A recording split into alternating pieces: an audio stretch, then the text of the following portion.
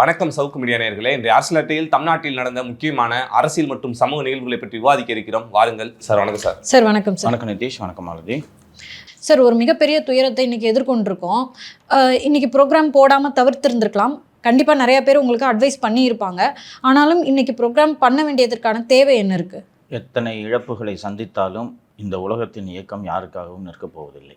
ஒரு நாள் 2 நாள் விடுமுறை விடுவதற்கே நமது நேயர்கள் எந்த அளவுக்கு நம்மளை மிஸ் பண்ணுறாங்கன்றத கமெண்ட்டுகளில் சொல்கிறார்கள்.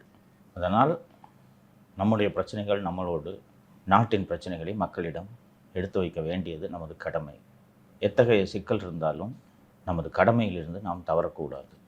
நாம் மிகப்பெரிய நெருக்கடிகளை சந்தித்து நம்மை கடந்த கால ஆட்சி அழிக்க நினைத்த போதெல்லாம் இந்த மக்கள் ஆதரவில் தான் நாம் மீண்டும் மீண்டும் எழுந்து வந்திருக்கிறோம். அந்த மக்களுக்காகத்தான் இப்போதும் நமது துன்பங்களை ஓரமாக வைத்துவிட்டு பேசுகிறோம். நேற்று நிறைய பேர் ஆறுதல் சொன்னாங்க. முதல்ல இந்த நிகழ்வே உண்மையா அப்படின்றதே நிறைய பேருக்கு ஷாக்காக இருந்தது. சங்கர் சாரை பொறுத்த வரைக்கும் அவருக்கு சில விஷயங்கள் பிடிக்கும் அப்படின்னா அதில் ஒன்று வேலை அப்படின்னு சொல்லலாம். ஆறுதல் சொல்கிற பல பேரில் சைக்காட்ரிஸ்ட் ஷாலினி அவர்களும் அவங்க என்ன சொன்னாங்கன்னா, அவர் இதுலேருந்து கடந்து வரணும்னா அவர் ப்ரோக்ராம் பண்ணணும், வேலை பார்க்கணும், அதை அனுமதிங்க அப்படின்னு சொன்னாங்க. கடந்த 4 வருஷமாக பார்த்திங்கன்னா நாங்கள் மிகப்பெரிய சவால்களை எதிர்கொண்டு இருக்கோம். குறிப்பாக அம்மாவுடைய இறப்பு அப்படிங்கிறது எனக்கே பர்சனலாக மிகப்பெரிய பேர் இழப்பு அப்படின்னு தான் சொல்லணும். அதில் இருந்து கடந்து வரதுக்குள்ளே அடுத்த ஒரு இழப்பு. வாழ்க்கை என்ன இந்த இவ்வளோ கஷ்டம் கொடுத்தோம், நின்றுட்டான் அப்படின்னு சொல்லிட்டு சம்பட்டியை தூக்கி நடு மண்டையிலே நச்சு அப்படின்னு வைக்கிது. இப்போ நாங்கள் ஏற்றுட்ருக்கோம் இல்லையா, ஒரு மிகப்பெரிய பொறுப்பாக இதை பார்க்குறேன் இந்த வேலையவே. திரு விஜய் அவர்கள் முதலமைச்சராக உட்காந்துருக்காரு. அவர் ரொம்ப புதியவர். அவர் ஆட்சி பண்ணிகிட்ருக்காரு. அவரை இந்த ஆட்சியை தொடர்ந்து சுமூகமாக நடத்துவதற்கு சாரோட ஹெல்ப் ரொம்ப முக்கியம் அப்படின்னு நான் நம்புகிறேன். அதனால இன்றைக்கி கூட தான் இப்போ அரிதாரத்தை பூசிக்கிட்டு இங்கே உட்கார வேண்டிய தேவை இருக்குது. எங்களோட ஷோ ஃபார்மேட்டே உங்களுக்கு தெரியும். நையாண்டி பண்ணிட்டு போகிற ஷோ தான். அப்போ தான் 1 மணி நேரம் போர் அடிக்காமல் இருக்கும். வாழ்க்கை ஒரு போர்க்களம், வாழ்ந்து தானே பார்க்கணும் அப்படிங்கிற மாதிரி. ஸோ இதை செஞ்சு தான் ஆகணும் அப்படின்னு நம்புகிறேன். ஸோ நிகழ்ச்சிக்குள்ளே போயிடலாம். நன்றி மாலதி. நான் இவ்வளோலாம் சொல்லியே இருக்க மாட்டேன். ஆனால் நீங்கள் எவ்வளோ கஷ்டத்தில் இருக்கீங்கன்றது எனக்கு தெரியும். அதெல்லாம் தாண்டி இந்த நிகழ்ச்சியை நடத்த வேண்டும் என்று நான் சொன்னதை கேட்டு இந்த நிகழ்ச்சியில் அமர்ந்த உங்கள் இருவருக்கும் முதலில் நன்றி. நமக்கு ஆதரவுக்கு நேயர்கள் இருக்காங்க. கடை சாத்திட்டு போகலான்ட்டு தான் நம்ம கடைசி வீடியோ போட்டோம். ஆனால் தொலைபேசி மூலமாகவும் கமெண்ட்டுகளிலும் நேயர்கள் கொடுத்த அழுத்தத்தின் காரணமாக தான் அலுவலகம் கிடைக்கலனாலும் இன்றைக்கி வீட்டிலே உட்காந்து வேலையை தொடங்கிட்டுருக்கோம். அதே ஸ்பிரிட்டோட தொடரணும் அப்படின்றது தான் என்னோடய விருப்பம். அதுக்காக தான் உங்கள் 2 பேரையும் நீங்கள் வேண்டாம்னு சொல்லும்போதும் நான் வலியுறுத்தி இல்லை பண்ணித்தான் ஆகணுன்ட்டு நான் இன்சிஸ்ட் பண்ணதுக்கான ரீசன் வந்ததுக்கு நன்றி. சார், டாஸ்மாக் நிர்வாகம் ஒரு அறிவிப்பு வெளியிட்டிருக்காங்க சார். அதாவது என்னென்னா, நம்ம வீட்டிலேருந்தே ஆன்லைனில் உங்களுக்கு என்ன சரக்கு வேணுமோ அதை நீங்கள் புக் பண்ணிக்கலாம். புக் பண்ணிட்டு நீங்கள் நேரில் போய் வாங்கிக்கலாம் அப்படின்னு சொல்லியிருக்காங்க. இது எப்படி சார் பார்க்குறீங்க? எப்படியாவது இல்லை, இன்னும் கொஞ்சம் எளிமையாகனா ஜெப்டோலே வீட்டுக்கு வந்துடும் அப்படின்னா. மாலதி, அதிமுக ஆட்சி காலத்தில் இது போன்றதொரு திட்டம் உருவாக்கப்பட்டு செயல்படுத்தப்பட இருந்தது. அது அரசு பரிசீலிக்குமா இல்லையான்னு தெரில. நான் என்னோடய தியரியை சொல்லிடுறேன். Door delivery is best. என்ன காரணம் என்றால், வண்டி எடுத்துகிட்டு போய் குடிக்க மாட்டான். உங்களுக்கு நீங்கள் நல்லா இருக்க வரைக்கும் எல்லாமே நல்லாயிருக்கும். அந்த 3 ரவுண்டுகள் 4 ரவுண்டுகள் போன பிறகு அந்த மூளை சிந்திக்கும் விதமே வேறாகி போகும். அது எப்படி நம்ம போலீஸ்ட்டை மாட்டுவோம்? தானே இருக்குது கடை என்று போய் அவனையாவது மேலேயாவது ஏற்றிடுறது. அண்ட் முன்னாள் அமைச்சர் திரு தங்கமணி அவர்களிடம் பேசி கொண்டிருந்த போது, இல்லை சார் அது தப்பு சார், வீட்டில் பொம்பளை பிள்ளைங்க இருப்பாங்க சார், தப்பாயிடும் சார் என்று சொன்னார். இவர்களை வீதியில் குடிக்க வைப்பதற்கு பதிலாக வீட்டுக்கு போய் நீங்கள் கொடுத்துட்டிங்கன்னா 10 ரூபா பிரச்சனையே ஒழிச்சிடலாம். இந்த ஜெப்டோ, போர்ட்டர் போல் ஏதாவது ஒரு நிறுவனங்களோடு ஒப்பந்தம் போட்டால் இன்னும் சில 1000 இளைஞர்களுக்கு வேலை வாய்ப்பு கிடைக்கும். கிராமப்புறங்களில் இருக்கக்கூடிய டாஸ்மாகை மட்டும் நாங்களே நடத்துகிறோம் என்று ஒரு செய்தியை படித்தோம், நாம் விவாதித்தோம். அந்த கிராமப்புறங்களுக்கும் அருகாமையில் இருக்கக்கூடிய நகர்களிலிருந்து டோர் டெலிவரி எப்படா வாங்குவீங்க? 10 ரூபா இல்லையா? எப்படி வாங்குவீங்க 10 ரூபா? பட் கேட்குறதுக்கு கல்ச்சர் ஷாக்காக இருக்குது சார். ஜென்சி கல்ச்சரில் தான் நம்ம வாழ்ந்துட்டுருக்கோம். உங்களுக்கும் எனக்கும் தான் கல்ச்சர் ஷாக்கு. ஜென்சிக்கு இது இல்லை. நம்மலாம் ஜியை எவ்வளோ மனசில் உயரத்தில் இதுக்கு மேலே வச்சுருக்கேன் நான். ஜியை மானாங்கானியாக திட்டுறாங்க இந்த ஜென்சி. லத்தியை விட்டு அடித்ததுக்கு தெரியுமா? அதுவும் வேறு தெரியாதனமாக ஜியோட வீடியோ டெலீட் பண்ணிட்டாங்க இன்ஸ்டாவில். யார்? இன்ஸ்டா, மெட்டா 2 ஒரு நிறுவனம் தானே, டெலீட் பண்ணிட்டாங்க. இன்ஸ்டால வீடியோ போட வச்சதே நீ இவங்க தான். ஆ அந்த வீடியோவை கலாய்க்கிறாங்க பாரு. ஐயோ யோ யோ யோ. இல்ல டெலீட் பண்ணதுக்கு என்ன காரணம் சொல்றாங்க? பை மிஸ்டேக் பண்ணிடுச்சா? அவங்களும் சொல்லிட்டாங்க சார் மிஸ்டேக் சார், மிஷின் தான் சார் அங்கே வேலை செய்து பை மிஸ்டேக். மார்க் ஜுக்கர்பர்கை வர சொல்லு, பிரான்ஸ் மார்க் ஜுக்கர்பர்கை கூப்பிடுங்க. வந்துட்டாங்க. வந்து தெரியாமல் இருந்துச்சு சார், விடுங்க சார். செல்ல பகிரங்க மன்னிப்பு. என்னங்க இதுதான் சொல்லிட்டோமே, கடை சாத்திட்டு போ. ஆமா, பிரதமரோட வீடியோவே நீங்க டெலீட் பண்ணுவீங்க, உங்களுக்கு எதுக்கு இங்க கடை? நீங்கள் அவங்களோட ஒஸ்ட்டாக இருக்கீங்க நீங்கள். ஏமா தெரியாமல் தான் டெலிட் பண்ணிட்டேன்னு சொல்கிறாங்களேம்மா. நாங்க ஆல்ரெடி வந்து இந்த போராட்டம் நடந்திருக்குன்னு கடுப்புல இருக்கோம். அந்த கடுப்பை நாங்க யார் மேல காட்டுறது? சரிம்மா, ஒரு நிமிஷம்மா. இந்த ஜென்சி ஜெனரேஷனை உங்களால் கட்டுப்படுத்தவே முடியாது. அவர்கள் பெற்றோர்களாலேயே கட்டுப்படுத்த முடியாமல் தான் அவர்கள் எங்கேயாவது போய் போராட்டமாவது பண்ணுன்னு வீட்டை விட்டு பற்றி விட்றாங்க. அவ்வளவு பரபரப்பாக இருக்காங்க. ஏன்னா நம்மலாம் சாதாரணமாக கேல்குலேட்டரோட போட்டி போட்டுக்கிட்டு இருந்தோம். அடுத்த தலைமுறை இன்டர்நெட்டோடு போட்டி போட்டு கொண்டு இருந்தது. இந்த தலைமுறை சொல்ல முடியாது, அடுத்த தலைமுறை இன்டர்நெட்டோடு போட்டி போட்டு கொண்டு இருந்தது. இந்த தலைமுறை சாட் ஜிபிடியோடு போட்டி போட்டுக்குது. அப்போ சாட் ஜிபிடியோட போட்டி போடணுன்னா எவ்வளோ கஷ்டம். ஸோ அப்படிப்பட்ட தலைமுறை எப்படி சிந்திக்கும்? ஸோ நீங்கள் வந்து மெட்டாவுக்கு இருக்கிற பாதுகாப்பு, அதாவது போத் இன்ஸ்டா அண்டு ஃபேஸ்புக் ரெண்டுக்கும் இருக்கிற பாதுகாப்பை நாங்கள் வாபஸ் பெற போகிறோம். அதாவது அந்த இன்டர்மீடியருக்கு நாம் போடுற கருத்துக்கு மெட்டா பொறுப்பாகாதுன்னு தெர் இஸ் அ ப்ரொடெக்ஷன். இல்லைன்னா நாம் தப்பாக எது போட்டாலும் மெட்டாவும் சேர்ந்து ப்ராசிக்யூட் ஆகும். அந்த மெட்டா நிறுவனத்திற்கும் மற்ற சமூக வலைத்தளங்களுக்கும் இருக்கக்கூடிய பாதுகாப்பு போல இருக்கிறது. அந்த பாதுகாப்பை நாங்கள் வாபஸ் வாங்குவோம் என்று சொல்கிறார்கள். அந்த பாதுகாப்பை வாபஸ் வாங்கினால் மெட்டா நிறுவனத்தால் இங்கே இயங்க முடியாது இந்தியாவில். ஃபேஸ்புக், வாட்ஸ்அப் அண்டு இன்ஸ்டா மூன்றுமே தடை செய்யப்படும் அபாயம் இருக்கிறது. இந்த ஜென்சிஸ் வந்து இணைஞ்ச ஒரு சோஷியல் மீடியா அப்படின்னா இன்ஸ்டாவை எடுத்துக்கலாம். ஏற்கனவே இந்த இன்ஸ்டாவை எப்படி தூக்குறது அப்படின்னு யோசிச்சுட்டே இருந்திருப்பாங்கன்னு நினைக்கிறேன். அதை நோக்கி தான் இது செல்கிறது என்று தோன்றுகிறது. நான் என்ன சொல்ல வரேன்னா, காரணமும் கிடைச்சிருச்சு. நான் என்ன சொல்ல வரேன்னா, இன்ஸ்டாவை நீங்கள் தூக்கிட்டீங்க. இந்த ஜென்சியே புதிய ஒரு ஆப்பை உருவாக்கி, ஏன்னா அப்படிப்பட்ட தலைமுறை தான் இது இல்லையா? சாட் ஜிபிடியில் போட்டால் உருவாக்கி தர போது கோடிங்கை போட்டு சட்டை போட்டு முடிச்சிடலாம். முடிச்சிட்டேன்னா முன்னாடி மாதிரிலாம் உட்காந்து HTML கோடுக்கு காஃபி மேக்கரோ ஏதோ ஒரு சாஃப்ட்வேர் ஒன்று இருக்கும், அதுக்கு அந்த HTML கோடு எழுதுறதுக்குன்னு கோடிங் வந்துடும் சார். லைட்டாக ஏதாவது எரர் இருந்துச்சுன்னா அதை மட்டும் கரெக்ட் பண்ணி போட்டு அழகாக முடிச்சா 2 மணி நேரத்தில் ஒரு ஆப்பை டெவலப் பண்ணுவாங்க. ஸோ மேக் இன் இந்தியா அப்படின்னு அப்பப்போ பிரதமர் அவர்கள் சொல்லுவார். பண்ணிடுறோம் ஜி அப்படின்ட்டு பண்ணிடுவாங்க. அதை எப்படிப்பட்ட என்கிரிப்ஷனோட பண்ணுவாங்கன்னா, ஏஜென்சியால் உள்ள நுழைய முடியாதபடி என்கிரிப்ஷனோட பண்ணுவாங்க. பண்ணிவிட்டு அதை பாப்புலர் ஆக்குவாங்க. அதோட பிராண்ட் அம்பாசிடர் கரப்பாம்பூச்சி ஆப்னே ஒன்று ஓப்பன் பண்ணுவாங்க. என்ன பண்ணுவீங்க? அதில் இந்த ஃபோட்டோ வீடியோலாம் அப்லோட் பண்ணுற மாதிரி பண்ணுவாங்க. அது உள்ளே அவங்க நுழையவே முடியாது. இப்போ மெட்டானா போலீஸ் ஏதாவது கேட்டாங்கன்னா கொடுப்பாங்க, இவங்க ஏதோ கொடுக்க முடியாது போயான்வாங்க. என்ன பண்ணுவீங்க? எத்தனையோ தடை பண்ணுவீங்க.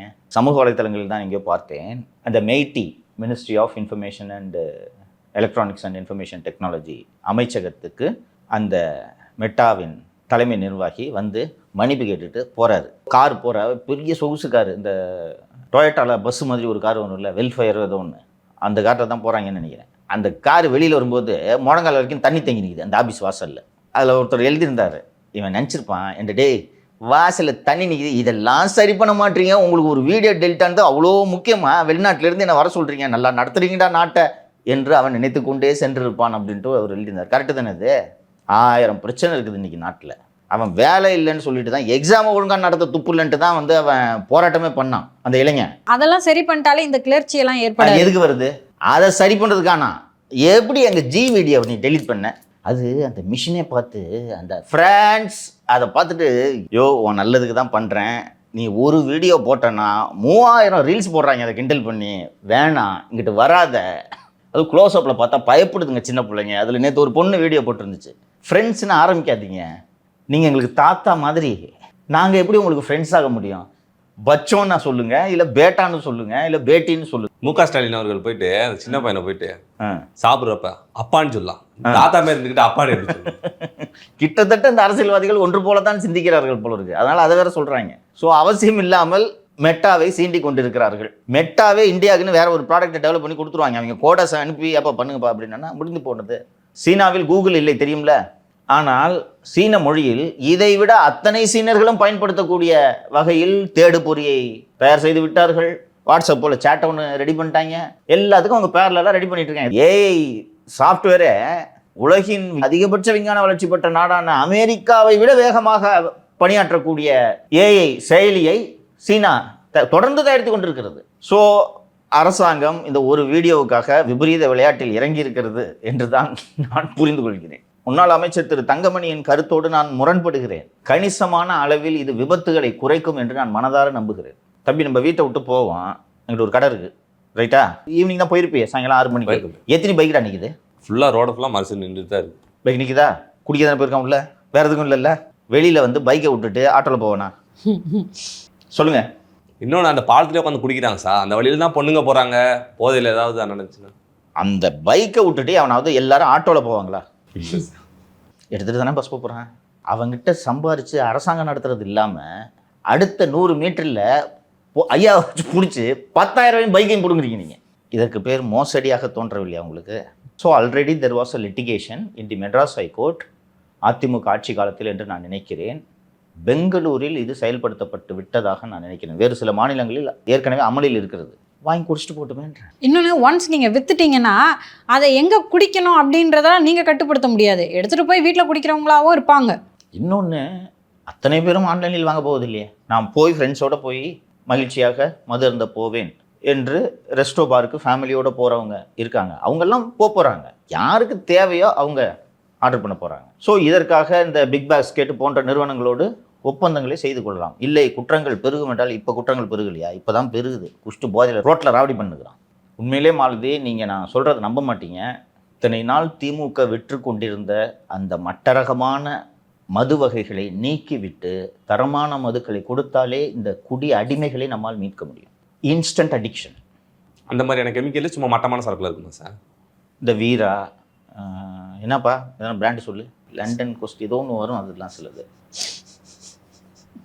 அது இருக்கிறதே அதான் கம்மி குவார்ட்டர். இன்ஸ்டண்ட்டாயிரும். நார்மலான சரக்கு குடித்தா கட்டெரும்பு கடித்த மாதிரி இருக்குமா, இந்த சரக்கு குடித்தா யானை ஏறி மிதித்த மாதிரி இருக்கும். வீரனா சார்? வீர மாதிரி அந்த அந்த இதில் வருது. ஸோ அது அடிக்ஷன் ஆகுது. குறிப்பாக உடல் உழைப்பில் ஈடுபடக்கூடிய தொழிலாளிகள் அதை சாப்பிட்டு தான் வேலை பார்க்குறாங்க. நான் பார்க்குறேன், ஒரு மின்வாரிய ஊழியர் இன்று காலை தான் பார்த்தேன், பாக்கெட்டில் சியூடி கார்டை வச்சுக்கிட்டு காக்கி யூனிஃபார்மோடு வந்து காலையில் ஒரு கட்டிங்கை போட்டுட்டு தான் வேலைக்கே கிளம்புறாரு. மது வகைகளை மாற்றப்போவதாக தகவல் வந்திருக்கிறது. மகிழ்ச்சி. இந்த இணையதளத்தில் ஆர்டர் பண்ணி பே பண்ணிவிட்டு அந்த QR கோடை எடுத்துகிட்டு போய் நீங்கள் சம்மந்தப்பட்ட கடைகளில் வாங்க வேண்டும் என்றது தான் இப்போது இந்த சிஸ்டம். பாஸ் யோசிக்காமல் டோர் டெலிவரி பண்ணிவிடுங்கன்ற. நிம்மதியாக குஷ்டு வீட்டில் தானே இருப்பான். எனக்கு என்ன ஆதங்கன்றதை நான் சொல்கிறேன். உதவி குஷ்டு மட்டையானாலும் வீட்டில் தான் இருக்கும், அடுத்தவனுக்கு தொல்லை வராது. இன்னொன்று, குடிச்சிட்டு வீட்டில் இருக்கப்ப வெளியே போனால் ஏதாவது பஞ்சாயத்து போனாலும் பொண்டாட்டி உள்ளே போட்டு அடின்னு அடிச்சு விட்டுரும். அது அவங்க பிரச்சனை, நம்ம கரெக்டு தாங்க. சமூகத்துக்கு பிரச்சனை ஏற்படாது. ரைட்டா? ஸோ இது நல்லது. ஸோ இந்த மாற்றங்கள்லாம் கொண்டு வந்தால் என்ன மாதிரியான விளைவுகள் ஏற்படும் அப்படின்னு பொறுத்திருந்து தான் சார் பார்க்கணும். பொறுத்திருந்து பார்க்கணும். Just have a consultative process. Other states already implement பண்ணியிருக்காங்க. அந்த மாநிலங்களுக்கு உங்கள் அதிகாரிகளை அனுப்புங்கள். நான் ஏற்கனவே சொன்னேன், நந்தகுமார் வெட்டியே தான் உட்காந்துருக்காருன்னு. போய் பார்த்துட்டு ஃபஸ்ட் வாயா போயா அப்படின்ட்டு அனுப்பி விடுங்க. சென்று அவர் பார்த்து விட்டு வரட்டும். இன்னொன்று, மணிவாசன வேலை இல்லாமல் சும்மா தானே இருக்காரு. ஹோம் எக்ஸசைஸ்லாம் அவர்கிட்ட தானே வருது. போக சொல்லுங்கள், தப்பு போஸ்டிங் போட்டுக்கிட்டு. உயர்நீதிமன்றம் வந்துட்டு டாஸ்மாகில் பாட்டில் வாங்கினோடனே அது எல்லா பாட்டிலுமே வந்துட்டு ரெசிப்ட் கொடுக்கணும், அதை வந்து மெயின்டைன் பண்ணணும் அப்படின்னு சொல்லியிருக்காங்க. அன்பு தம்பி, 220 கோடிக்கு மென்பொருள் டெண்டர் விடப்பட்டு அந்த மென்பொருள் முழுமையாக தயார் செய்யப்பட்டு அந்த மென்பொருளுக்கான கருவி அத்தனை கடைகளுக்கும் வழங்கப்பட்டு விட்டது. நான் சொல்கிறது 8 மாத கதை. எப்போது நடக்கிறது என்றால், அருமை அண்ணன் செந்தில் பாலாஜி சிறையில் இருந்தபோது இது நடக்கிறது. அப்போ தான் அந்த விசாகன்ட்ட பேசினேன்ல, அப்போது தான் பேசினேன். சார் பண்ணுங்கள் சார், நல்ல ஸ்கீம் சார்னு. அடுத்த கட்டமாக அத்தனை டாஸ்மாக் ஊழியர்களுக்கும் பயிற்சி அளிக்கப்பட்டு அந்த QR கோடை ஸ்கேன் பண்ண உடனே ஒரு இடத்துல உட்காந்துக்கிட்டு நெமிலிச்சேரியில் இந்த ப்ரூவரியில் தயாரான சரக்கு இந்த தொலைபேசி எண் வைத்திருப்பவருக்கு விற்கப்பட்டு விட்டதுன்ற லெவலுக்கு ட்ராக் பண்ணலாம். புரியுதா? பண்ணாங்க பாருங்க அழிச்சாட்டியும் அந்த டாஸ்மாக் ஊழியர்கள். அப்போது தான் எனக்கு இவர்கள் மீது கோபம் வந்தது. என்னென்னா, அதை ஸ்கேன் பண்ணுனா இது வாங்க முடியாது, 10 ரூபா வாங்க முடியாது. அவ்வளோ ரெசிஸ்டன்ஸு. வெளியூர்கள்லாம் சில மாவட்டங்களெல்லாம் கட்டாயம் பண்ணணும்னு ரொம்ப போராடி பண்ணிட்டாங்க. சென்னையில் முடியாதுட்டாங்க. சேல்ஸுங்க அதிகம், இன்னைக்கு வரைக்கும் பண்ண முடியலமா. இப்போது ரயில்டெல் நிறுவனத்தோடு சேர்ந்து இந்த ஆன்லைனில் ஆர்டர் பண்ணுறதுக்கான இந்த மென்பொருள் தயாரிக்கப்பட்டிருக்கிறது என்பதை செய்தித்தாளில் படித்தபோது இது ஒரு 100 கோடியாவது செலவு பண்ணியிருப்பீங்கல்ல. அப்போ அந்த காஸ்ட் என்னாச்சு? நான் சொல்கிறேன், அந்த சாஃப்ட்வேருக்கு முன்னாடி ஒரு பில்லிங் மிஷினு, இந்த ஹோட்டல்ஸில் வச்சுருப்பாங்கல்ல, தட்டுனா சரன்னு வருமே, அந்த பில்லிங் மிஷினை கொடுத்து எல்லாத்தையும் தூக்கி குப்பையில் போட்டாங்கப்பா. தேவனுங்க கேட்டால் சொல்லுவாங்க, சார் இவ்வளோ கூட்டம் வருது சார், பில்லாம் போட முடியாது சார். ஏன்னா பில்லு போட்டால் 10ல் 5 பேர் சண்டை இருப்பான். நான் இதில் ஒன்று இருக்குது, எதுக்கு எக்ஸ்ட்ரா நீ? இப்போதும் சொல்கிறேன், இது பெரும் தலைவலி. தூக்கி தனியாரிடம் கொடுங்கள். மதுவிலக்கு மற்றும் ஆயத்தீர்வையின் மானிய கோரிக்கை வரும்போது இதற்கான அறிவிப்பை சம்பந்தப்பட்ட துறையின் அமைச்சரை முதல்வர் விஜய் அவர்கள் வெளியிட வைக்க வேண்டும் என்பது என்னுடைய கோரிக்கை. சரியா? இன்னொன்று தம்பி, இன்னொரு ஆங்கிலேருந்து நான் பார்க்குறேன்.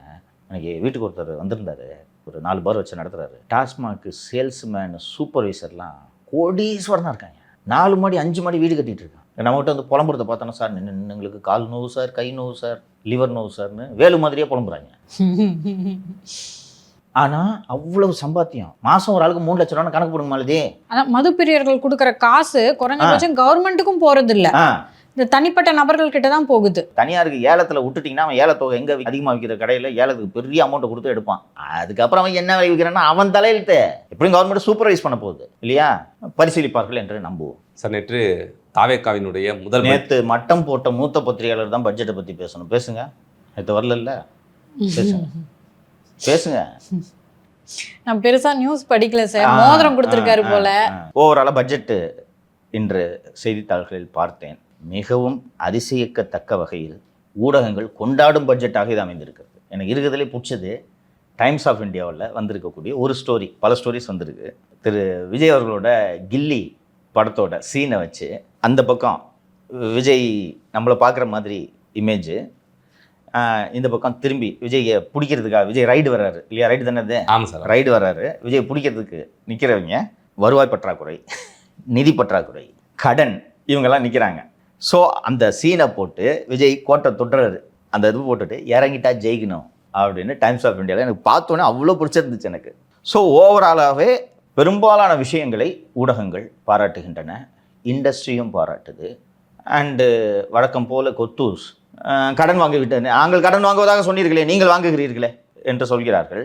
நீங்கள் கொள்ளையடிப்பதற்காக கடன் வாங்கினீர்கள், இவர்கள் மக்கள் நல திட்டங்களுக்காக கடன் வாங்குகிறார்கள் என்பதுதான் இதில் இருக்கக்கூடிய வேறுபாடு. அண்டு முதல்வர்கிட்ட இந்த நேரத்தில் ஒரு கோரிக்கை வச்சுருக்கேன்.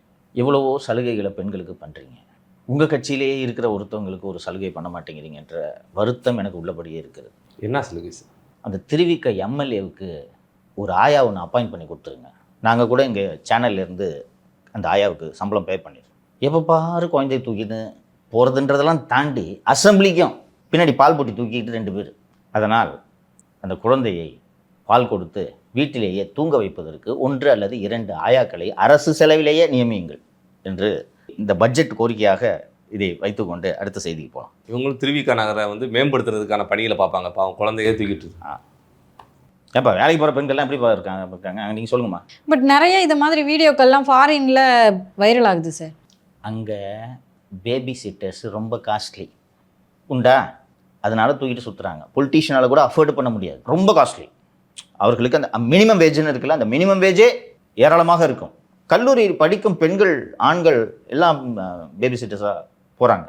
ஸோ இங்கே அவ்வளோ காஸ்ட்லி இல்லை, வைக்கலாம். இருந்தாலும் நாம் எல்லாரும் சேர்ந்து க்ரௌட் ஃபண்டிங் பண்ணி அந்த ஆயாமாவுக்கு சம்பளத்தை கொடுத்து விடலாம் என்பதை கோரிக்கையாக வைத்து விடுகிறேன். இது நியூஸ் பேப்பர்லாம் இன்றைக்கி இது செய்தியாக பட்ஜெட்டில் வந்து இந்த செய்தி வருது. அதனால தான் எனக்கு இன்று இவ்வளோ நாள் நானும் பார்த்து விட்டு கடந்து சென்று விடலாம் என்று நினைத்தேன்.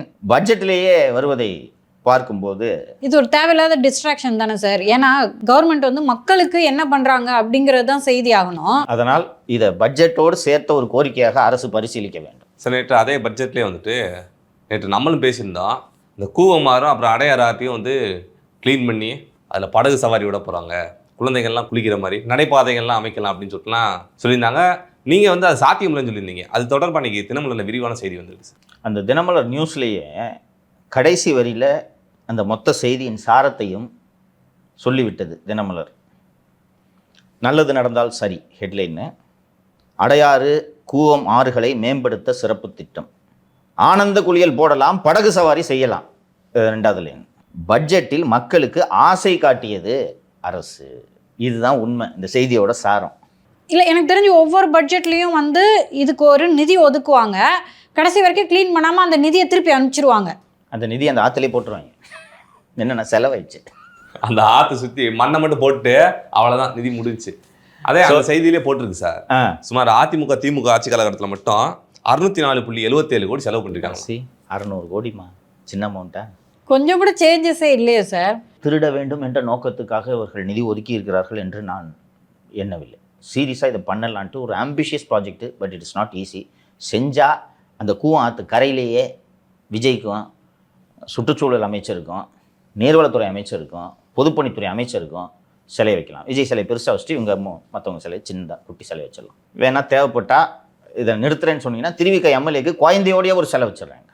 ஓகேவா, உதவி செய்தார் என்ற அடிப்படையில் சொல்லுங்கள். என்ன நிறுத்துறேன்னு சொன்னா குழந்தைய தூக்கிட்டு வந்து நிறுத்துறேன்னு சொன்னான். தேனியில் எப்படி வந்து முல்லை பெரியார் அணை கட்டினதுக்காண்டி பெண்ணிக்கு அவர்கள் வந்து கொண்டாடுறாங்களோ அதே போன்று விஜய் அவர்களை சென்னையில் கொண்டாடுவாங்க சார். தாராளமாக வைக்கலாம்ப்பா, யோசிச்சு பாருப்பா. என்னால் இது சாத்தியமான்ட்டு என்னால் நம்ப முடியல, அதனால எனக்கு அது சாத்தியம் இல்லை சார். என்ன காரணம்னு நான் சொல்கிறேன். கூவம் போகிற இடத்துல எல்லாம் நிறைய ஆக்கிரமிப்புகள் வந்துருச்சுன்னு சொன்னாங்க சார் ஏற்கனவே. அது போன்ற சிக்கல்கள் இருக்கிறது. இப்போ வந்தால் நல்லா தான் இருக்கும், ஜாலியாக இருக்கும்ப்பா. இந்த லண்டன் பாலத்தில் நின்று கொண்டு தேம்ஸ் நதியை நவீன மதராசப்பட்டினம் செய்யலாம். ஒரு காலத்தில் ஓடிக்கொண்டிருந்தது தான், படகுகள் அங்கே ஓடிக்கொண்டிருந்தவை தான். இந்த சென்னையில் போட் கிளப் என்று ஒரு பெரும் பெரும் செல்வந்தர்கள் வாடும் இடம், மது அருந்தும் இடம் அது, அந்த கிளப்பு. அதுக்கு பேர் வந்ததே அந்த போட் கிளப்னால. அந்த ரோடு பேரே போட் கிளப் ரோடு. அதுதான் அங்கே காஸ்ட்லி. உலகின் பெரும் பெரும் பணக்காரர்கள் வசிக்கும் இடம். மாறன் சகோதரர்கள் அங்கே தான் வசிக்கிறார்கள். அந்த எண்டில் போட் கிளப் இருக்கும். கிளப்பில் பழைய புகைப்படங்களை வைத்திருப்பார்கள். அங்கே போய் பார்த்தா இப்போதும் அங்கே போட் ரேஸ் நடக்குது. ஆனால் என்ன, மூஞ்சில் ஒரு 5 மாஸ்க்கை போட்டுக்கிட்டு போகணும். தண்ணி மோசமான ஸ்மெல் வருதா? பூவா இருக்கும் அது. ஆனால் அங்கே இருக்கும் பழைய புகைப்படங்களை பார்க்கும்போது மிக அழகான ஒரு தெளிந்த நீரில் அவர்கள் படகு சவாரி செய்திருக்கிறார்கள். அந்த படகு சவாரி மற்றும் படகு போட்டி நடத்துவதற்காகத்தான் அந்த கிளப்பே உருவாக்கப்பட்டது. எப்படி மெட்ராஸ் கிரிக்கெட் கிளப் இருக்கிறதோ அது போன்ற ஒரு கிளப்பாக இது உருவாக்கப்பட்டிருக்கிறது. நடந்தால் மகிழ்ச்சி, சாத்தியமா என்ற நம்பிக்கை எனக்கு வரவில்லை. நான் செஞ்சு காட்டுறேன்டா என்று முதல்வர் சவாரி விட்டுட்டு செய்யட்டும், வாழ்த்துவேன். சிலை வைப்போம், நல்ல சிலை வைப்பான். திருவிக்கு எம்எல்ஏக்கும் கடைசியாக குட்டி செலவன், குட்டியோடு திருமதி பல்லவி. அடுத்து இந்த பழனி கோயிலில் பட்டா போட்ட விவகாரத்தில் ஜஸ்டின் மணிகண்டன் அவர்களுக்கு முன்ஜாமீன் கொடுத்துருந்தாங்க சார். இப்போ அதை நீதிமன்றம் ரத்து பண்ணியிருக்காங்க. அதுவும் இல்லாமல் சிபிசிஐடி வேற விசாரணை தீவிரப்படுத்தியிருக்காங்க சார். எது முன்னேற்றம் ஏற்பட்டிருக்கா? ஜஸ்டின் மணிகண்டன் மீது வேறு சில புகார்களும் இருக்கிறது என்று சிபிசிஐடி தரப்பில் நீதிமன்றத்தில் தெரிவித்ததும் 2வது வழக்குக்கு முன்ஜாமீன் கோரி ஜஸ்டின் மணிகண்டன் மனு தாக்கல் செய்திருந்தார். 2வது முன்ஜாமீனை தள்ளுபடி செய்ததோடு ஏற்கனவே வழங்கிய இடைக்கால முன்ஜாமீனையும் மதுரை உயர்நீதிமன்ற கிளை ரத்து செய்துள்ளது. இது உண்மையிலேயே வரவேற்கத்தக்க ஒரு தீர்ப்பாகத்தான் நான் பார்க்கிறேன். என்ன காரணம் என்றால் இதில் ஒரு மிகப்பெரிய மோசடி நடந்திருக்கிறது. நான் எம்எல்ஏக்களை விலைக்கு வாங்கும் வழக்கை விட இதை தீவிரமான வழக்காக நான் பார்க்கிறேன். உங்களுக்கு அதுவும் ஒரு கிறிஸ்டியன் சப்ரிஸ்டாரை கூட்டின்னு வந்து 30 வருஷமாக இருக்கிற கோயில் லேண்டு இந்த கவர்மெண்ட் வந்த பிறகு பண்ணி ஒரு கிறிஸ்துவர் நடத்தும் ஆட்சியில் இந்து கோவில் சொத்து பறிபோகிறது அப்படின்ற நரேட்டிவை செட் பண்ணுறதுக்கான பிளானாக நான் இதை பார்க்குறேன். ஏற்கனவே இருக்கிற ரெஜிஸ்ட்ரார் என்னால் பண்ண முடியாதுன்னு சொல்லிட்டு விடுப்பில் போகிறாருன்னா அப்போ பார்த்தோன்னையுமே கண்டுபிடிக்கிற அளவுக்கு ஏதோ அதில் தவறு இருக்குது. ஏமா நம்ம தான் விரிவாக பேசணுமா? ஏமா எந்த பேங்க்குன்னு கூட போடாமல் ஒரு செக் நம்பரை போட்டுட்டு இருக்காங்க. ஏமா காமன் சென்ஸ் இல்லையாம்மா? ஒரு செக் நீ கொடுக்குறப்பா, ஏப்பா எந்த ஒரு செக் நம்பர் சொல்கிறேன், எந்த பேங்க்குப்பா, எந்த பிரான்ச்சுப்பா கேட்போமா இல்லையா? நமக்கே தெரியும். இதுவும் வேலையா தான்? அடிக்கடி சொத்து வாங்கி இந்த மாலதிக்கு கேட்டால் தெரியும். பையர் செல்லர் 2 பேர்கிட்ட கேட்பாங்கல்ல, சார் எங்க ரூபா வந்துருச்சா? டிடி கொடுத்தா பேச்சே கிடையாது இல்லையா? டிடியில் பேரை சரிபார்ப்பார்கள். கரெக்டுங்களா? பணம் வரவே இல்லை, செக் பவுன்ஸ் ஆகுது. ஆனால் செக்கோட நம்பரு பேர் நீங்கள் எதுவுமே போடலை அப்படின்னா ஸோ இது பிளான்ட்டு. ஆமாம், அதை ஜஸ்டின் மணிகண்டன் ஏன் அப்ரூவ் பண்ணுறாரு? எந்த பேங்க்னு கூட போடல போயா. ஏன்னா இதுக்கான எல்லா அதிகாரமும் இருக்கிறது ஜஸ்டின் மணிகண்டனுக்கு. உனக்கு முன்னாடி அந்த இடத்துல இருந்தவன் வாங்கி பதிவு பண்ணாமல் வச்சுட்டு போகிறானே, நீ ஏன்டா தொக்க மாட்டுற? அப்போ எவ்வளவு பணம் கொடுக்கப்பட்டிருக்கும் ஜஸ்டின் மணிகண்டனுக்கு? ஸோ ஜஸ்டின் மணிகண்டனை 18 சப் ரிஜிஸ்ட்ரார்ஸை விட்டுட்டு கொடைக்கானலிருந்து ஜஸ்டின் மணிகண்டன் என்ற பெட்ரோமாக்ஸ் லைட்டை அந்த பழனி சார் பதிவாளர் அலுவலகத்துக்கு நியமித்த அந்த மர்ம மனிதர் யார்? ஸோ அப்போ எவ்வளோ பேர் சேர்ந்து வேலை செஞ்சுருக்காங்க. இறுதியில் இந்த அத்தனை விவகாரங்களுக்கும் பின்னணியில் சேகர் பாபுவும் குமரகுருபரனும் கூட ஏன் இருக்கக்கூடாது? இது ஃபேக்டாக சொல்லலை, என் சந்தேகத்தை சொல்கிறேன். சேகர் பாபு குமரகுருலாம் எப்படி ஒன்றா அண்ணன் தண்ணி புழங்கிக்கிட்டு இருந்தாங்க. கோயிலில் உடைக்கிற ஒரு தேங்காய் முடியை அவர் சாப்பிடுவார், இன்னொரு தேங்காய் முடியை அவர் சாப்பிடுவார். ஆமாம்மா, 2 முடி வராதா?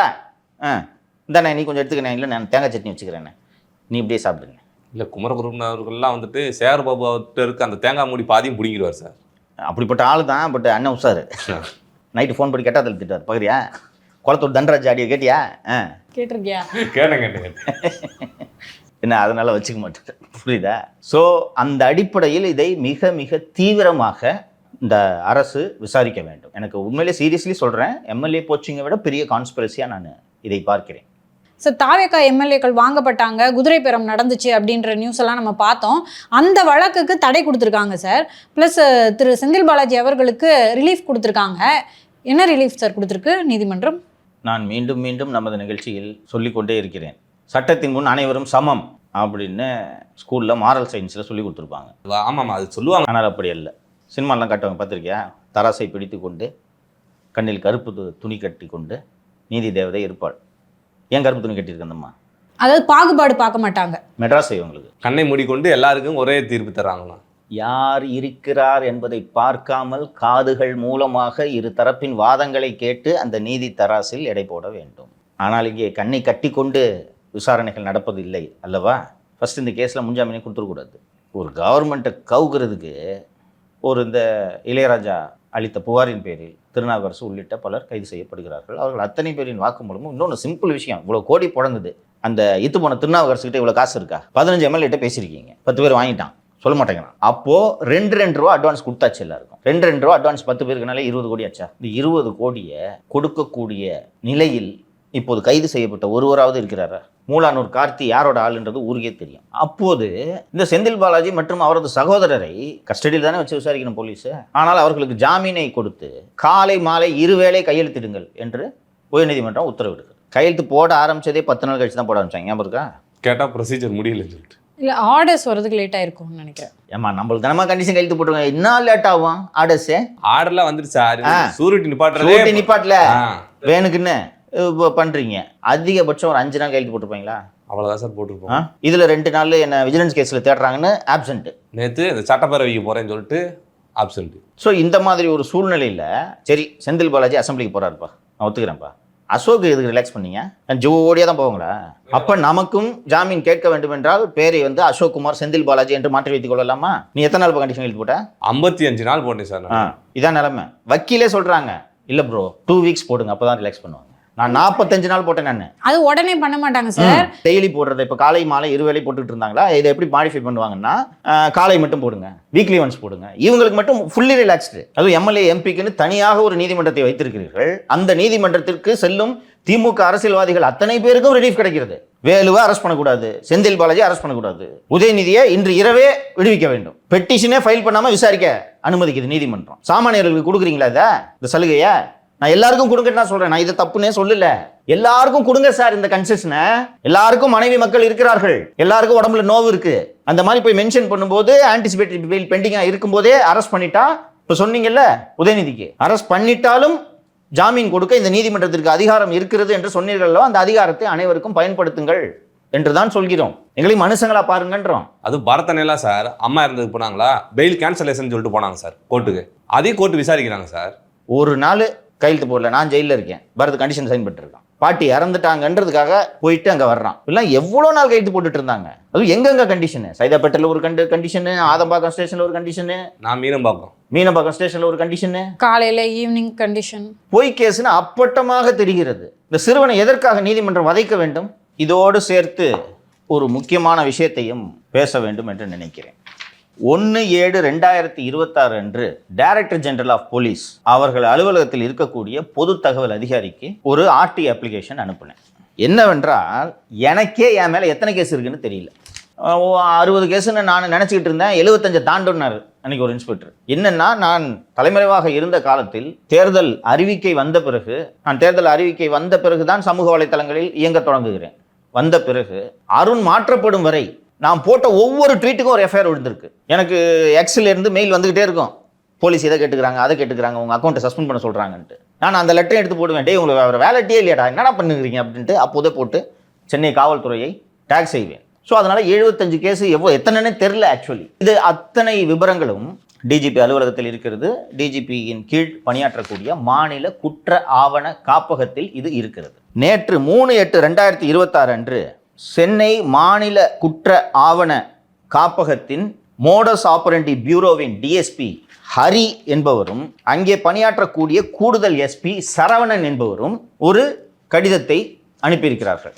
நான் என்ன மாதிரி விஷயங்கள்லாம் கேட்டிருந்தேன்னா, name of the accused, crime number, date of registration, எந்த போலீஸ் ஸ்டேஷன், என்ன செக்ஷனு, புகார்தாரரின் முகவரி, ஐஓ இன்வெஸ்டிகேட்டிங் ஆஃபீஸரோட முகவரி, ஸ்டேஜ் ஆஃப் தி கேஸ். இதுதான் ரொம்ப முக்கியம். இப்போ என் மீது 50 வழக்குகள் இருக்கிறது என்றால், குற்றப்பத்திரிகை தாக்கல் செய்யப்பட்டு விட்டால் நீதிமன்றத்தில் தான் நாம் நிவாரணம் தேட வேண்டும். குற்றப்பத்திரிகை தாக்கல் செய்யாத வழக்குகளில் காவல்துறையினரே விசாரித்து இது பொய் வழக்கு என்று இறுதி அறிக்கை தாக்கல் செய்யலாம். சுருக்கமாக சொன்னால் எஃப்ஐஆர் க்ளோஸ் பண்ணலாம். அதுக்கு டீட்டெயில் அனுப்புங்கன்னா வெப்சைட்டில் இருக்கு, போய் பார்த்துக்கன்றாங்க. வெப்சைட்டில் போய் பார்த்தா எடுக்கவே முடியவில்லை. அப்போ உங்களால் எடுக்க முடியும். நீங்கள் இதை போட்டு ஒரு பட்டனை தட்டினா எடுக்க முடியும். அதை ஒரு பிரிண்ட் அவுட் போட்டு இணைக்கிறதுக்கு உங்களுக்கு என்ன பிரச்சனை நான் கேட்குறேன். இல்லை இதே வெப்சைட் உங்களுக்கும் தெரியும், அதை போய் பார்க்க தெரியாமே சார். இதை சிம்பிளிஃபை பண்ணுறதுக்கு தானே சார் இப்படி அதுக்கு தானே ஆர்டிஐயில் 10 ரூபா கட்டி நான் அனுப்புகிறேன். இந்த ஹரிக்கும் சரவணனுக்கும் இதை பிரிண்ட் அவுட் எடுத்து கொடுக்கறத விட அவ்வளோ என்ன வேலைன்னு கேட்குறேன் நான். பேர் போட்டிருக்குதுல்ல, அப்போ இவன் மேலே எவ்வளோ கேஸ் இருக்குன்றது உங்களுக்கு தெரியும்ல. அதை எடுக்க தெரியாமல் உங்கள்கிட்ட லெட்டர் அட்ரஸ் பண்ணிட்டு 1 மாசமா வெயிட் பண்ணுகிறான். இந்த விவரங்களை போய் இந்த வெப்சைட்டில் எடுத்துங்க அப்படின்னு ரைட் டு இன்ஃபர்மேஷன் ஆக்டோட அடிப்படையாக அடி வாங்கிடுதே சார். ஆமாம். அப்போது காவல்துறைக்கு பொறுப்பாக இருக்கக்கூடிய முதலமைச்சர் எந்த லட்சணத்தில் உங்கள் டிபார்ட்மெண்ட் செயல்படுதுன்றது தெரிஞ்சுங்கன்றதுக்காக தான் இதை சொல்கிறேன். ஆப்ரேஷன் உதயநிதியையே வந்து அவங்க மொக்க பண்ணுறாங்களே சார். அப்புறம் தென் ஏமா டூராமா போகிறாங்க, இன்னும் கூட எனக்கு மனசா இல்லைம்மா. பிக்னிக் மாதிரி எல்லாம் போகிறாங்க. கலெக்டரேட்டில் குண்டா செய்துக்கு நான் வந்து நின்னப்போ பக்கத்தில் நின்று பேச விட்டாங்களா போலீஸே? தள்ளி நில்லுங்க ஐஏஎஸ் பார்க்குறாங்க, இவங்க பார்க்குறாங்க. பார்க்கட்டும்டா, என்ன வெளில தானே நின்று பேசுறீங்க, நான் பஸ்ஸில் உட்காந்துருக்கேன். நீங்கள் கீழே நின்று பேசுறதுக்கு எவ்வளோ டார்ச்சர் கொடுத்தாங்க. கூட டூர் மாதிரி கூட்டு போறீங்க. மகேஷ்குமார் அகர்வால்லாம் என்ன போலீஸ் ஆஃபீஸர்? இதான் ப்ரொஃபஷனலிசமா சார்? இன்னைக்கு விஜய் இருப்பாரு, நாளைக்கு திரும்ப உதயநிதியை முதலமைச்சராக வருவாரு. நீங்க சொல்றீங்கல்ல மகேஷ்குமார் அகர்வால், அவரை தூக்கி தண்ணியில காட்டுக்கு அடிப்பார்கள், அதெல்லாம் தெரியாமலா இருக்காங்க. அப்ப நீங்க அரசாங்கத்துக்கு விசுவாசமா இல்ல. பிளான் பண்ணி இதை சொதப்புறாங்க சார். அதை பார்த்துக்கிட்டு முதல்ல நடவடிக்கை எடுக்கணும், அவ்வளவுதான். ஏன்னா இந்த ஆபரேஷனை நம்ம கிட்ட கொடுத்திருந்தா கூட இதை விட சிறப்பா பண்ணிருக்கோம். ஏன்னா நம்ம தொடர்ந்து இந்த அரசாங்கத்தோட அடக்குமுறைக்கு ஆளானதுனால இந்த ப்ரொசீஜர் நம்மளுக்கு தெரியும். எப்படியெல்லாம் போலீஸ் நினைச்சா நம்மளை வதைக்க முடியும்னு அவங்களுக்கு தெரியும். அதே மாதிரி இதே போலீஸ் நினைச்சா நம்மளை ஃப்ரீ பண்றதுக்கும் முடியும். ஆமா, தெரியாம தான் கேட்குறேன். ஆர்டின்னு ஒன்று உருவாக்கி உட்காந்து ஒரு ஆஃபீஸர்கிட்ட கேட்டா இப்படி இந்த வெப்சைட்ல பாத்துக்கோங்க, ChatGPT கேட்டா அது தரப்போகுது சார். 10 ஸ்டேஷன்ல இருந்து டீட்டெயில்ஸ் வாங்கணும் அப்படின்னு சொன்னா என்னால் புரிந்து கொள்ள முடிகிறது. இப்போ நீங்கள் பக்கத்தில் இருக்க சிஸ்டத்தில் பட்டன் தட்டினா தெரிஞ்சிட போகுதுப்பா. ஏன்னா அவங்களுக்கு லாகின் வேற தெரிஞ்சிட போகுது. ஏப்பா அது அப்படியே ஒரு பிரிண்ட்னு கொடுத்தா PDF ஃபைல பிரிண்ட் போட போகுது. இது எட்டு கொடுக்குறது உங்களுக்கு என்னையா பிரச்சனை? இந்த சரவணனையும் அரியையும் பார்த்து கேட்குறேன். இதுக்கு பேர் வந்து கிராஸ் டெரிலிக்ஷன் ஆஃப் டியூட்டி. இந்த அடிப்படையில் இந்த கூடுதல் SP சரவணனையும் DSP ஹரியையும் இவர்களை சரிவர மேற்பார்வை செய்யாத SP லாவண்யாவையும் ஏன் பணி இடைநீக்கம் செய்யக்கூடாது? அதான் ஏற்கனவே திமுக ஆட்சியில வந்து பிரஜைகளை கதற விட்டாங்க, நம்ம பார்த்துக்கிட்டு தான் இருந்தோம். திரு விஜய் அவர்கள் ஆட்சியில அப்படி நடக்காது, அவங்க இதெல்லாம் கன்சிடர் பண்ணுவாங்கன்னு நம்ம அந்த தைரியத்துல தாமா நான் ஆர்டிஐ போட்டேன். பழைய ஆட்சியில் கொடுத்துருக்க மாட்டாங்கன்னு எனக்கு நல்லா தெரியும். பழைய ஆட்சியில் கொடுத்த எந்த புகாருக்கும் நடவடிக்கை எடுக்கல. ஸோ இந்த ஆட்சியில் ப்ராப்பராக பதில் வரும். வந்தா அட்லீஸ்ட் என் மேலே எத்தனை கேஸ் இருக்குன்னு தெரிஞ்சுக்கலான்னு பண்ணா போய் இங்கே பாரு அங்கே பாருன்னு ஐடியா கொடுக்குறேன். நீ இல்லை சார், ஏற்கனவே பார்த்தீங்கன்னா சிஸ்டத்தையே கொலாப்ஸ் பண்ணிட்டு போயிருக்காங்க சார். இப்போ இவர் எவ்வளோத்துல தான் சார் கான்சென்ட்ரேட் பண்ண முடியும்? பண்ணி தான் மாலதி ஆகணும். இந்த நாட்டோட ராஜா நீங்க பண்ணி தான் ஆகணும். ஆனால் பண்ண முடியும். ஏன் முடியாது? அவ்வளோ பவர் இருக்கு. இதற்கு தானே இவ்வளவு படைபலன்கள். எதுக்கு இவ்வளோ பேர்? எதுக்கு இவ்வளோ அதிகாரி? எதுக்கு உங்களுக்கு இவ்வளோ அதிகாரம்? டைசால எக்ஸ்ட்ரா நிற்கிற ஒவ்வொரு வண்டி நாளைக்கு ராஜரத்னம் ஸ்டேடியத்தில் நிற்கணும்னா நிற்கும். அண்ட் இந்த கடுமையான நிதி நெருக்கடிக்கு இடையே நாங்கள் இந்த நிதிநிலை அறிக்கையை தாக்கல் செய்கிறோம் என்று அவர் நிதியமைச்சர் வில்சன் அவர்கள் சொன்னார். நீங்கள் தேவையில்லாமல் பயன்படுத்தும் இந்த வாகனங்களை பிடுங்குங்கள், எவ்வளவு நிதி மிச்சமாகிறது என்று பாருங்கள். 210 லிட்டர் பெட்ரோல்பா, கணக்கு போடுப்பா. இது மாதிரி குறைஞ்சது 5000 வண்டிக்கு மேலே அதிகாரிங்க வீட்டில் இருக்குது. அதில் இந்த அதிகாரி என்ன பண்ணுறாங்கன்னா சார், கம்மியான மைலேஜ் கொடுக்குற வண்டி எடுத்துகிட்டு அதிகமாக பெட்ரோல் போட்டு கணக்கு எழுதிக்கிறது எல்லாம் பண்ணுவாங்க.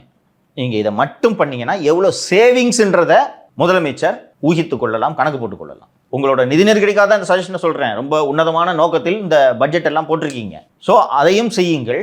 இது போல ஆணவமாக பதிலளிக்கும் இந்த சரவணன்களையும் ஹரிகளையும் லாவண்யாக்களையும் கடுமையான நடவடிக்கைக்கு உட்படுத்துங்கள் என்று தான் சொல்கிறோம். அடுத்து நீதியரசர் ஜிஆர் சுவாமிநாதன் அவர்கள் ஒரு கருத்து சொல்லியிருக்காரு சார். ஒரு 20 வருஷத்துக்கு முன்னாடி நீதிமன்ற அவமதிப்பு வழக்குனாலே நடுங்குவாங்க, இன்னைக்கு அது சர்வசாதாரணமாயிடுச்சு அப்படின்னு சொல்றாரு சார். அப்படி என்ன சார் நடந்துச்சு? உண்மைதான். நான் சர்வீஸில் இருந்தப்பெல்லாம் கோர்ட் ஆர்டர் போட்டால் எங்கள் ஆஃபீஸ் அவ்வளோ நடுங்குவாங்க. ஆஃபீஸர்ஸ் நான் கோர்ட்டை போய் நிற்கினியா எடுப்பனியா இன்னும் ஆஃபீஸர் கத்துவாங்க. பயம் இருந்துச்சு. தொடர்ந்து இந்த நீதிமன்ற அவமதிப்பு வழக்குகளோட எண்ணிக்கையை பார்த்தீங்கன்னா அதிகரிச்சுக்கிட்டே இருக்குது. அதைத்தான் ஜஸ்டிஸ் GRS அவர்கள் குறிப்பிடுகிறார். என்ன ஆகும்னு சொல்கிறேன். உங்களுக்கு வேலை கொடுக்கணும் என்று நீதிமன்றம் உத்தரவு போடுகிறது. 3 மாதத்துக்குள்ளே தீர்ப்பை நிறைவேற்ற வேண்டும் அல்லது மேல்முறையீடு செய்ய வேண்டும். மேல்முறையீடு செய்யவில்லை என்றால் அந்த தீர்ப்பை நிறைவேற்றத்தான் வேண்டும். நிறைவேற்ற மாட்டாங்க.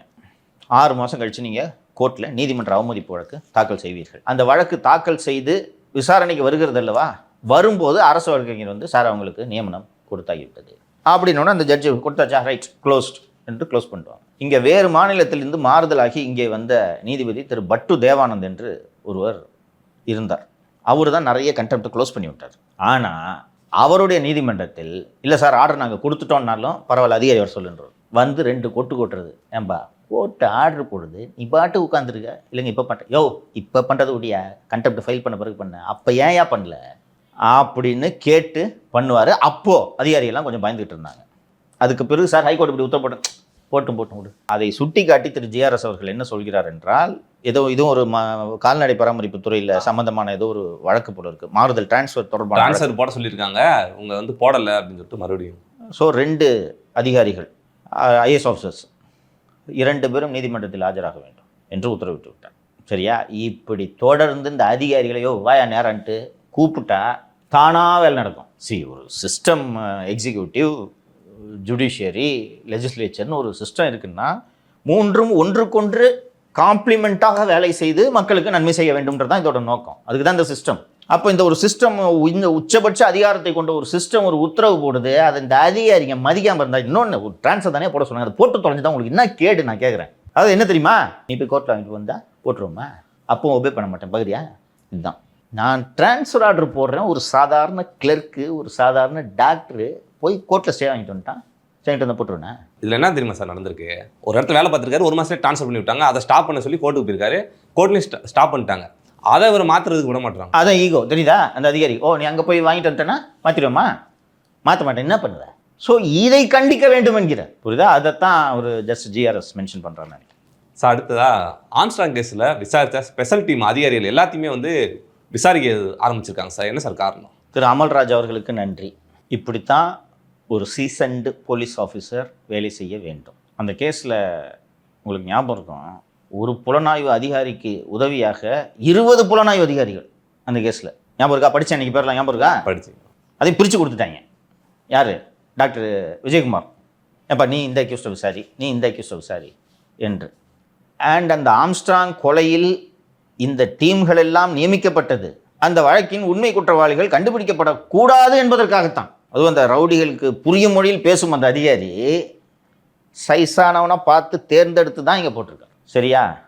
அதில் ஒருத்தன் பொறுக்கி போயன்றது தெரிந்து சிறையில் தள்ளிவிட்டார்.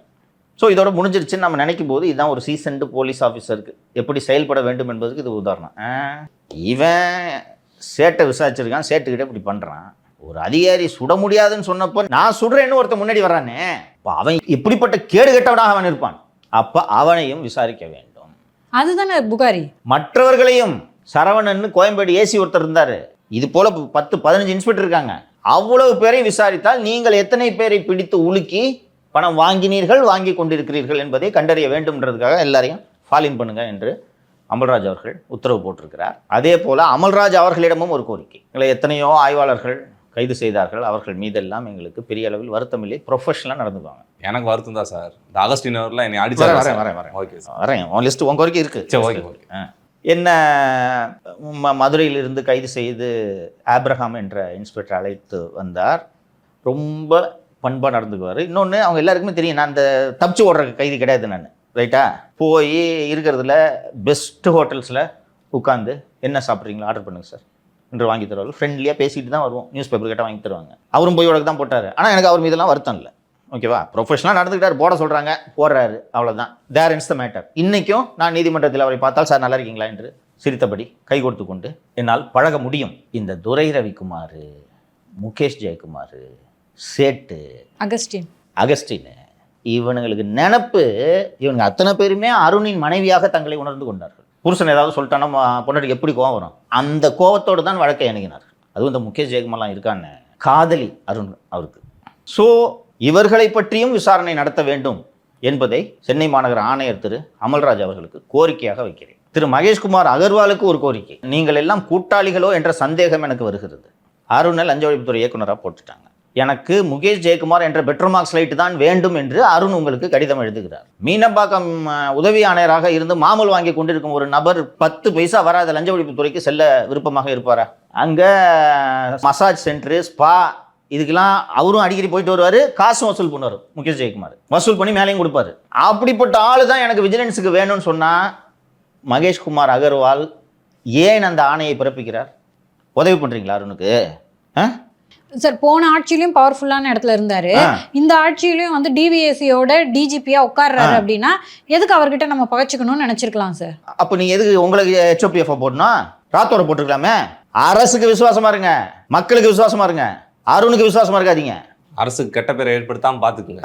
இங்க அரசுக்கு விசுவாசமா இருக்கீங்களா இல்லையான்ற சந்தேகம் இருக்கு. கைதி கூட வண்டியில உட்காந்துட்டு எஸ்காட்ல வண்டியில வந்து உட்காந்துட்டு செல்ஃபி போட்டுட்டு போறான். சோசியல் மீடியா பூரா இது பரவுது. இது டாக்டர் விஜயகுமார் தானங்க சார் ஐஓ? விஜயகுமார் பாதுகாப்பு அதிகாரி. இன்னொன்னு புகாரியா கைது பண்றீங்க, மற்றவர்களையும் விசாரி பண்றீங்க. அந்த இன்வெஸ்டிகேஷன் டீம்ல முக்கிய பணி ஆற்றிய விஜயகுமாரையே உங்க பக்கத்திலே வச்சுருக்கிறீங்க. 6 மணிக்கு 5 மணிக்கு என்னமோ சொல்றாங்க திருவேங்கடத்தை, 4 மணிக்கெல்லாம் விஜயகுமார் அந்த ஸ்பாட்ல இருக்காரு தெரியுமா? அதே ஆளை வச்சு விசாரிச்சிங்கன்னா ஜேசி சொன்னாருன்னு தானே புகாரி போய் மாமூல் வாங்கினாரு. இப்போ இது ஜேசிக்கு தெரிந்து நடந்திருந்தால் ஜேசியும் குற்றவாளி. ஜேசிக்கு தெரியாமல் புகாரி இதை செய்திருந்தால் ஜேசி இஸ் இன்காம்பிடென்ட் இல்லையா? இன்காம்பிடென்ட் தானே. இப்படி ஒரு இன்காம்பிடென்ட் ஆஃபீஸரை கீழே இருக்கிற இன்ஸ்பெக்டர் என்ன பண்றான், ஊரா போய் மாமூல் வசூல் பண்ணுறான், அது கூட தெரியாம நீங்க என்ன சார் டிஐஜியா இருக்கீங்க? நீங்க ஸ்லாக் சூப்பர்விஷன் நீங்க ஒழுங்கா கண்காணிச்சிருந்தீங்கன்னா புகாரிக்கு துணிச்சல் வருமா? அவன் பாட்டு போய் வசூல் பண்ணிட்டு இருக்கான். அருண் சொன்னதையெல்லாம் சிறமேற்கொண்டு நிறைவேற்றியது யார்? டாக்டர் விஜயகுமார். துப்புரவு தொழிலாளிகளை அடித்து வண்டியில் தூக்கி போட்டது யார்? இதே விஜயகுமார், டாக்டர் விஜயகுமார். அவரை 2 ஜோனுக்கு இன்சார்ஜா போட்டு வச்சிருக்கீங்க. வேற டிஐஜி இல்லையா உங்களுக்கு? நிறைய நல்ல டிஐஜிகள் இருக்கிறார்கள். அந்த வீட்டில் 30 பேரை வைத்து வேலை வாங்கும் ஜியாவுல் ஹக்கை தூக்கிட்டு வந்து போடுங்க. 30 பேர் வச்சு வேலை வாங்குறாருன்றீங்க, அப்புறம் எப்படி அவர் நல்லவரா இருப்பாரு? ரூரல்னா இஷ்டத்துக்கு பண்ணலாமா? நான் சொன்னதன் நோக்கம், இங்கே 30 பேர் கிடைக்க மாட்டார்கள், அமல்ராஜ் கொன்று விடுவார். சரியா?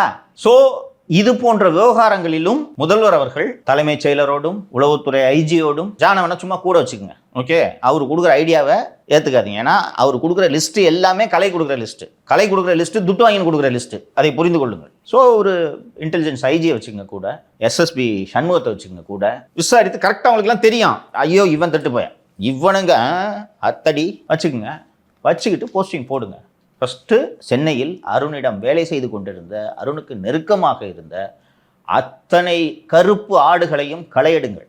இது மிக மிக முக்கியம். சென்னையிலேருந்து அனுப்பணும். கன்னியாகுமரி, நாகர்கோவில், தூத்துக்குடி, பாளையங்கோட்டை, தென்காசி, ராமநாதபுரம் போன்ற மாவட்டங்களுக்கு அவர்களை அனுப்புங்கள். வெளியூர்களுக்கு போய் கொஞ்ச நாள் வேலை செய்யட்டும். என்னங்க சார், இப்போ உதயநிதி கைதை வந்து முதல்வர் விஜய் அவர்கள் அக்செப்ட் பண்றாரு அப்படின்னாலே அந்த ஆபரேஷனை சரியா முடிக்கணும்னு அவர் நம்பி இருப்பாரு. ஆனா அது ஆல்மோஸ்ட் டிரா மாதிரி முடிஞ்சிருச்சு. கரெக்டான வேர்டு யூஸ் பண்ணீங்க. டிரா தான். Nobody won. Both sides scored goals. Fortunately it was not a self goal. TV கேக்கு அந்த அளவுக்கு முடிந்தது. ஏன்னா கேஸ் பொம்பளை கேஸ். அதனால தான் இல்லைன்னா Udhayanidhi would have been a hero. பொம்பளை கேஸ். இன்னொன்னு, அந்த பொம்பளை கேஸை பேசுனது திருப்பியும் ஜஸ்டிஃபை பண்றாரு. வெட்டினார்கள், ஒட்டினார்கள். அதான் சிம்பிளா நம்ம தான் கரெக்டா அதை டீகோட் பண்ணோம்னு நினைக்கிறேன். அந்த பேரை கேட்டோன்னா அந்த கரடிக்கு மூஞ்சில ஏன் அவ்வளவு ஆனந்தம் வருது? அவ்வளவு ஆனந்தம் ஏன் வருது? அதை காதுல வாங்காம நீ கடந்து போயிருந்தேன்னா நீ பெரிய மனுஷன். ஆனா உன் புத்தியே கேவலமான புத்தி. இது மாதிரி கத்த சொல்லி நீ தான் அந்த ஆளை ஏற்பாடு பண்ணிருக்க. இது மாதிரி சொல்லுங்க, அச்சு விடுறேன். நான் கணவரை தேடுறாங்க, மனைவியை தேடுறாங்கன்னு பேசணும் தானே நீ? அவங்க பையனை இன்னைக்கு வந்து இந்த லெகசியை நாங்கள் காப்பாற்றுவோன்ட்டார். இன்னைக்கு காப்பாற்றாம போறாங்கம்மா. அது அவர்கள் குடும்ப விவகாரம். நீ ஏன் அதை பற்றி பேசுகிறாய்? அது அவங்க பிரச்சனை. அதில் மூக்கை நுழைக்காமல் இருப்பதுதான் அடிப்படை மனித நாகரீகம். நான் சொல்றது கவனிக்கணும். நீங்க அடிப்படை நாகரீகமே இல்லாத மனிதர் தானே நீங்கள். சேலம் இளைஞரணி மாநாட்டில் கிளப் டான்ஸ் போட்டாங்களா இல்லையா? ஸோ அது டிராவா போச்சு. ஆனால் இதை வெற்றிகரமாக செய்து முடித்திருக்க முடியுமா, முடியாதா? மகேஷ்குமார் அவர்கள் டிஜிபியாக இருக்காங்களே சார், அவர் ஸ்டார்டிங்லாம் வந்துட்டு புதன்கிழமை வெள்ளிக்கிழமை ஏதோ 2 நாளில் வந்துட்டு மக்கள்கிட்ட மனு வாங்குங்க, மக்கள் வந்தாங்கன்னா அமர வச்சு பேசுங்க அப்படின்லாம் நல்ல முன்னெடுப்புகள் எடுத்தார். ஏன் வந்து கடைசியில் இப்போ இந்த கொஞ்ச நாட்களாகவே சமீபத்தில் சொதப்பிட்டு இருக்காருன்னு எனக்கு தெரியல சார். இனி சொதப்பாமல் சரியான முறையில் நடவடிக்கை எடுக்க வேண்டும். நிதானித்து முழுமையாக திட்டமிட்டு ஒரு வேலையை செய்ய வேண்டும் என்ற ஆலோசனைகளாகத்தான் நாம் இந்த நிகழ்ச்சியில் பதிவு செய்கிறோம். நல்ல அதிகாரிகள், இப்போ சொல்கிறேன், நல்ல அதிகாரிகள், அஸ்ராவா இருக்கட்டும், மிஸ்டர் அகர்வாலா இருக்கட்டும், மோடக்கா இருக்கட்டும், அமல்ராஜா இருக்கட்டும், நல்ல ஆஃபீஸர்ஸ். நீங்கள் ஒரு காரியத்தை சரிவர செய்யாததன் காரணமாக அரசுக்கு அவப்பெயர் ஏற்படுகிறது, அரசுக்கு பின்னடைவு ஏற்படுகிறது. போய் ஆசையாக முதல்வர் கூட ஃபோட்டோ எடுத்துகிட்டு அதை ட்விட்டரில் டிபியாக வச்சுக்கிறீங்கள, நல்லா தான் இருக்குது. அப்போ அந்த முதல்வருக்கு விசுவாசமாக நடந்துக்க வேணாம். இப்படியே ஆப்ரேஷன் பண்ணுவீங்க? மற்றதெல்லாம் விடுங்க, கூட்டம் சேர்ந்துச்சு, அவங்க டோல்ல கலாட்டா பண்ணுறாங்க, அதெல்லாம் விடுங்க. அக்யூஸ்ட் எடுத்துகிட்டு போகிற எஸ்கார்ட் வண்டியில் உட்காந்து ஒருத்தன் செல்ஃபி போடுறானே, அசிங்கமாக இல்லை உங்களுக்குலாம்? போலீஸ் ஆயினீங்க. எல்லார் மேலேயும் வந்து வேலை பார்க்க விடாம கவர்மெண்ட் ஆஃபீஸர்களை தடுத்தாங்கன்னு சொல்லிட்டு வழக்கு பதிவு பண்ணுங்க. வழக்கு பதிவு பண்ணி அவனை அக்யூஸ்டாக கூப்பிட்டு போங்க. எனக்கு அது பிரச்சனை இல்லை. சேகர் பாபு, பரந்தாமனெல்லாம் அக்யூஸ்டா இன்னும் சும்மா கூட கூப்பிட்டு போனேன். ஹேண்ட்கப் போடுங்கன்றேன் நான் கொய்யால. என்ன டாட்டா காட்டுற, கையை பிடிச்சி ஜன்னல கம்பியோட ஆங்க போடு. எப்படி டூர் மாதிரி கூட்டு போக அனுமதிச்சிங்க நீங்க? கடைசியாக ஒரு உதாரணத்தை சொல்லி முடிக்கலாம் என்று இருக்கிறேன். வைகோவுக்கு ரொம்ப நாள் முன்னாடியே சுகர் வந்து விட்டது என்று நினைக்கிறேன். அதனால் அடிக்கடி நடைப்பயணம் செல்வார். இதுபோல் எப்போ பார்த்தாலும் நீதி கேட்டு நெடும்பயணம் என்று அவர் பாட்டுக்கு கிளம்பிடுவார். செல்வி ஜெயலலிதா அவர்கள் 2001 ஆட்சியில் இருந்தபோது வைகோ நெல்லையில் இருந்தோ எங்கோ நடைப்பயணத்தை தொடங்கிவிட்டார். செல்வி ஜெயலலிதாவின் உத்தரவு வைகோ சென்னையில் கால் பதிக்க கூடாது. அப்போது சென்னை மாநகர ஆணையராக என் நடராஜன் என்பவர் இருந்தார். அவர் ரொம்ப சோக்காளி, எதுக்குமே அழட்டிக்க மாட்டார். என்ன இந்த அதிகாலையெல்லாம் எழுப்புனா பிடிக்காது அவருக்கு. அவராக எந்திரிச்சு 8 மணிக்கு வரும்போது என்ன தகவல்களோ கேட்டுக்கொள்வார். காலையில் 4 மணிக்கு அவர் எழுப்பி சொல்கிறாங்க, சார் செங்கல்பட்டு வந்துட்டாருங்க சார், 1 ஹவரில் தாம்பரம் ரீச் ஆகிடுவார் சார். நடந்து வர்றாங்க. யோ நடு ரோட்டில் நடந்து வர்றாரு, அவர் பாட்டு ஒரு ஓரமாக தானே நடந்து வர்றாரு, இதெல்லாம் ஒரு நியூஸ்ன்னு கமிஷனர் எழுப்பி சொல்கிற மேட்டரா இது, வையா ஃபோனை என்று தூங்கிவிட்டார். காலை 7:30 மணிக்கு உழைப்பாளர் சிலை அருகே வைத்து வைகோவை கைது செய்கிறார்கள். 8 மணிக்கு புதிய ஆணையர் ரீப்ளேஸ் பண்ணிட்டாங்க. நான் ஒரு வேலையை சொல்கிறேன், அதை ஒழுங்காக செய்கிறதுக்கு தான் எனக்கு ஆள் வேணும், ஒழுங்காக செய்யாதவன் எனக்கு அவசியம் இல்லை. இதுதான் ஜெயலலிதா. இப்படித்தான் ஆட்சியாளர்கள் இருக்க வேண்டும். முதல்வர் விஜய் ஜெயலலிதா பாணியை பின்பற்றுகிறார் என்பதை தொடர்ந்து நான் கவனித்து வருவதன் மூலம் எனக்கு இது தோன்றுகிறது. பட்ஜெட் கொண்டு எல்லாவற்றையும் பச்சையாக மாற்றவில்லை, அதை தவிர எல்லாம் செய்து கொண்டிருக்கிறார். ரத்தன் பண்டிட்டிடம் ஆலோசனை கேட்டு தேவைப்பட்டால் பேருக்கு பக்கத்தில் ஒரு எழுத்தை சேர்த்து கொள்ளலாம். ஜெயலலிதா பேரில் 2 வரும் திரும்ப கடைசியா ஜெயலலிதா இல்லையா, ஜேக்கும் நடுவில் புள்ளி வைக்க மாட்டாங்க இன்ஷியலுக்கு பக்கத்தில். எல்லாம் ஜோசியர் சொன்னது. பச்சை நிறமே பச்சை நிறமே. இந்த அதிகாரிகளோட சொம்பு எந்த அளவுக்கு சென்றது என்றால் ஜிலேபி பச்சை கலரில் கொடுப்பாங்க. நான் அப்போது பணியில் இருந்தேன் 2001 ஆட்சி காலத்தில். எங்க பார்த்தாலும் பச்சை. ஜோசியக்கார் சொல்லிட்டாரா உங்களுக்கு பச்சை நிறம் தான் நல்ல ராசின்னு? எங்கள் துறை லஞ்ச ஒழிப்புத்துறையின் பெயர் பலகை எப்போதும் நீல நிறத்தில் இருக்கும். நாஞ்சில் குமரன் என்று ஒரு இயக்குனர் வந்தார், போர்டை பச்சையில் மாற்றுங்க சார். இல்லை ஃபாரஸ்ட் டிபார்ட்மெண்ட் தான் சார் பச்சை. யோ அடியா பச்சை கலரில். 2006 தேர்தல் முடிவுகள் வந்தது. காலை 6 மணிக்கு பச்சை நிற போர்டு நீல நிறமாக மாறியது. திமுக வந்துருச்சா? ஆமா, அப்படி மாற்றியதன் காரணமாக அவர் சென்னை மாநகர ஆணையராக நியமிக்கப்பட்டார். செல்வி ஜெயலலிதா அவர்கள் வாணியை பின்பற்றும் விஜய் இது போன்ற விவகாரங்களையும் கண்காணித்து சரியா பெர்ஃபார்ம் பண்ணலன்னா கிராக் த விப். ஒன்றும் பெருசாலாம் பண்ண வேணாம், அப்பாயின்மெண்ட் கொடுக்காதீங்க பார்க்கறதுக்கு. வந்து பார்த்து ஃபோட்டோ எடுத்தால் தானே நீ டிபியில் வைப்ப, பார்க்க முடியாது போ. ஏன்னாங்க சார், இப்போ இந்த அதிகாரிகளோட ஒவ்வொரு மூவும் விஜய் அவர்கள் மீண்டும் முதலமைச்சர் ஆவாரா அப்படின்றத தீர்மானிக்க போகுது. எஸ். ஸோ இன்னைக்கு உதயநிதி நீங்கள் தூக்கி உள்ளே வைக்கணும்னு பார்த்தீங்களா, அவர் மீண்டும் வந்து உங்களை தூக்கி உள்ளே வைக்க எவ்வளோ நேரம் ஆகும்? ஸோ அதிகாரிகளை வைக்க வேண்டிய இடத்தில் வைத்து விஜய் அவர்கள் ஆட்சியை நடத்த வேண்டும் என்று சொல்லிக்கொண்டு நன்றி. நன்றி சார்.